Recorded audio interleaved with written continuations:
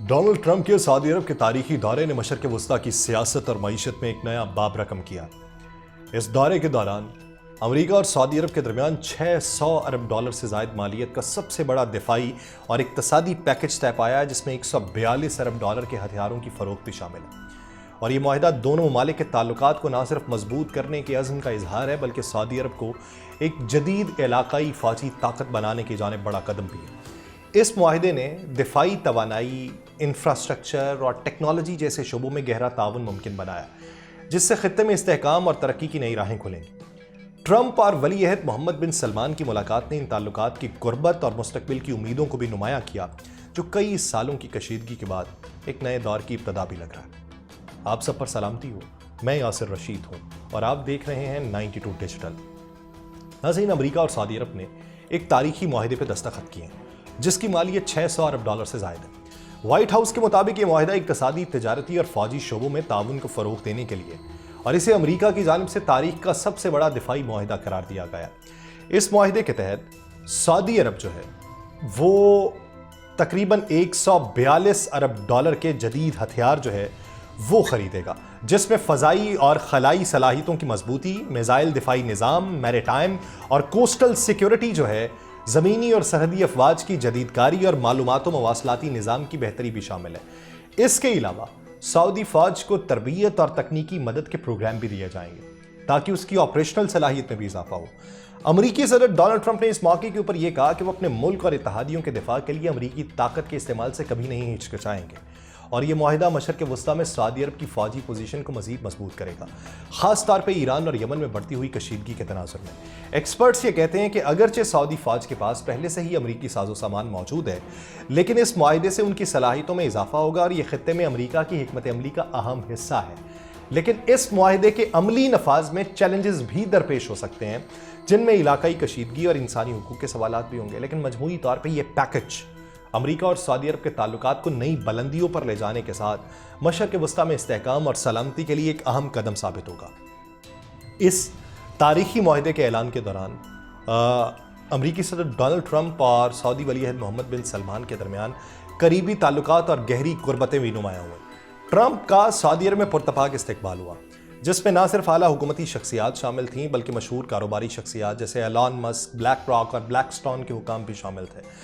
یہ استقبال جو تھا اس لحاظ سے خاص اہمیت رکھتا ہے کیونکہ یہ سابق امریکی صدر جو بائیڈن کے دورہ سعودی عرب کے دوران ملنے والے سرد استقبال سے یکسر مختلف تھا۔ بائیڈن نے 2022 میں سعودی عرب کا دورہ کیا تھا تاکہ عالمی پیٹرول کی قیمتوں کو کم کرنے میں مدد دی جا سکے، مگر اس وقت ولی عہد کی جانب سے انہیں گرم جوشی سے نہیں نوازا گیا تھا۔ خاص طور پہ 2018 میں صحافی جمال خاشقجی کے قتل کے بعد دونوں ممالک کے تعلقات کشیدہ ہوئے تھے اور بائیڈن کے دورے کے دوران یہ تلخی بھی دیکھی گئی تھی، لیکن اب ایسا لگتا ہے کہ ماضی کی تمام تلخیوں کو پیچھے چھوڑ دیا گیا اور دونوں ممالک نے تعلقات کو نئی بنیادوں پہ استوار کرنے کا فیصلہ کیا، جس کی عکاسی اس بھرپور استقبال اور بڑے دفاعی معاہدے سے ہوتی ہے۔ ڈونلڈ ٹرمپ نے دونوں ممالک کے تعلقات میں مثبت رفتار کو اجاگر کرتے ہوئے کہا کہ مل کے بے مثال اور زبردست ہم نے پیش رفت کی ہے، جسے وہ مشرق وسطیٰ کے لیے ایک روشن اور نئے دور کا آغاز قرار دے رہا ہے۔ اس نے یہ بھی کہا کہ 1000 سال میں پہلی بار دنیا اس خطے کو جنگ اور موت کی جگہ امید اور مواقع کی سرزمین کے طور پہ دیکھے گی، اور ٹرمپ نے یہ زور دیا ہے کہ دونوں ملک مل کے کام کریں گے تو کامیاب ہوں گے، جیتیں گے، ہمیشہ دوست رہیں گے۔ اور اسی دوران سعودی ولی عہد محمد بن سلمان نے اس معاہدے کو دونوں ممالک کے درمیان گہرے اقتصادی تعلقات کا مظہر قرار دیا اور یقین دلایا کہ آنے والے مہینوں میں اس کی مالیت جو ہے وہ 1 ٹریلین امریکی ڈالر تک بڑھائی جائے گی، اور یہ بھی واضح کیا کہ تعاون صرف اقتصادی شعبے تک محدود نہیں ہوگا بلکہ سلامتی، استحکام اور علاقائی امن کے لیے بھی ہوگا۔ یہ تاریخی معاہدہ دفاعی شعبے کے ساتھ ساتھ اقتصادی اور تکنیکی شعبوں کو بھی شامل کرتا ہے۔ وائٹ ہاؤس کے مطابق سعودی کمپنی ڈیٹا وولٹ امریکہ میں ڈیٹا سینٹرز اور توانائی کے بنیادی ڈھانچے میں 20 ارب ڈالر کی سرمایہ کاری کرے گی، جبکہ Google, Oracle, Salesforce, AMD اور اوبر جیسی بڑی ٹیکنالوجی کمپنیز کے ساتھ بھی شراکت داری کی جائے گی۔ اس کے علاوہ گیس پائپ لائن اور ٹربائن کی برآمد کے لیے 14.2 ارب ڈالر کے معاہدے ہوئے ہیں، اور اس معاہدے کے تحت سعودی سرمایہ کاری کو امریکی صنعت میں لانے کے لیے مختلف شعبوں میں سیکٹرل فنڈز بنانے کا منصوبہ ہے، جس میں توانائی کے لیے 5 ارب ڈالر ہیں، ایروسپیس اور دفاعی ٹیکنالوجی کے لیے 5 ارب ہیں، عالمی کھیلوں کے لیے 4 ارب ڈالر شامل ہیں۔ کانکنی، معدنیات، توانائی، ایرو اسپیس میں بھی تعاون کے لیے مفاہمت کی یادداشتوں پہ دستخط ہوئے ہیں جو دونوں ممالک کے تعلقات کو نئی بلندیوں پہ لے جائیں گے۔ اگر پچھلی ایک دہائی کو دیکھا جائے تو سعودی عرب نے خود کو ایک مضبوط علاقائی فوجی طاقت کے طور پہ بھی منوانے کے لیے اربوں ڈالر کی جدید ہتھیاروں کی خریداری کی ہے اور فوجی صلاحیتوں کی جدید کاری پہ توجہ دی ہے، خاص طور پہ امریکہ کے ساتھ حالیہ میگا ڈیل جس میں $142 بلین کے ہتھیاروں کی فروخت شامل ہے، اس نے سعودی عرب کی دفاعی صلاحیتوں کو نئی بلندیوں پہ پہنچایا، دونوں ممالک کے درمیان اسٹریٹجک شراکت داری کو مزید مضبوط کیا۔ پینٹاگون کے سابق اہلکار اور واشنگٹن انسٹیٹیوٹ کے سینئر فیلو گرانٹ ٹرملی کے مطابق سعودی عرب نے فضائی دفاع کے شعبے میں خاصی پیش رفت کی جو یمن میں حوثی باغیوں کے خلاف جاری لڑائی کے دوران بھی نمایاں رہی۔ یہ کہا گیا کہ یہ معاہدہ نہ صرف دفاعی تعاون کو بڑھانے کے لیے بلکہ اس کا مقصد سعودی عرب کے علاقائی حریف، خاص طور پہ جو ماضی میں ان کے مخالف تھے، ان کو ایک ڈیٹرننس کا پیغام بھی دیا۔ لیکن اس کے ساتھ سعودی عرب اور ایران کے درمیان جاری کشیدگی مشرق وسطیٰ کی جغرافیائی سیاسی منظرنامے کو متاثر کرتی رہی ہے، خطے میں موجودہ تنازعات کی گہرائی میں اضافہ بھی کرتی ہے، اور بہت سارے تجزیہ کار جس میں ڈینیل ڈی پیٹرس بھی شامل ہیں، ان کے مطابق سعودی عرب جدید مغربی خصوصاً امریکی فوجی ٹیکنالوجی کے حصول میں مصروف ہے، وہیں ایران اپنی فوجی صلاحیتوں کو پابندیوں کے باوجود بڑھانے کی کوشش کر رہا ہے، اور اس صورتحال میں دونوں ممالک کی عسکری استعداد اور علاقائی اثر و رسوخ کا مقابلہ جاری ہے۔ لیکن حالیہ منظرنامے میں دونوں کی طرف سے جو روابط ہو کے پہلی گرمائش کے اندر سرد مہری دکھائی دیے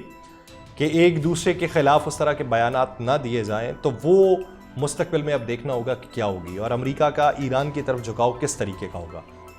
مگر امریکی پابندیوں کی وجہ سے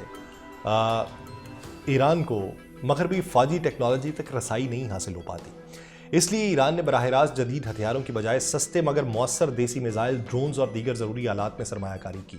تاکہ وہ اپنی دفاعی صلاحیت کو برقرار رکھ سکے۔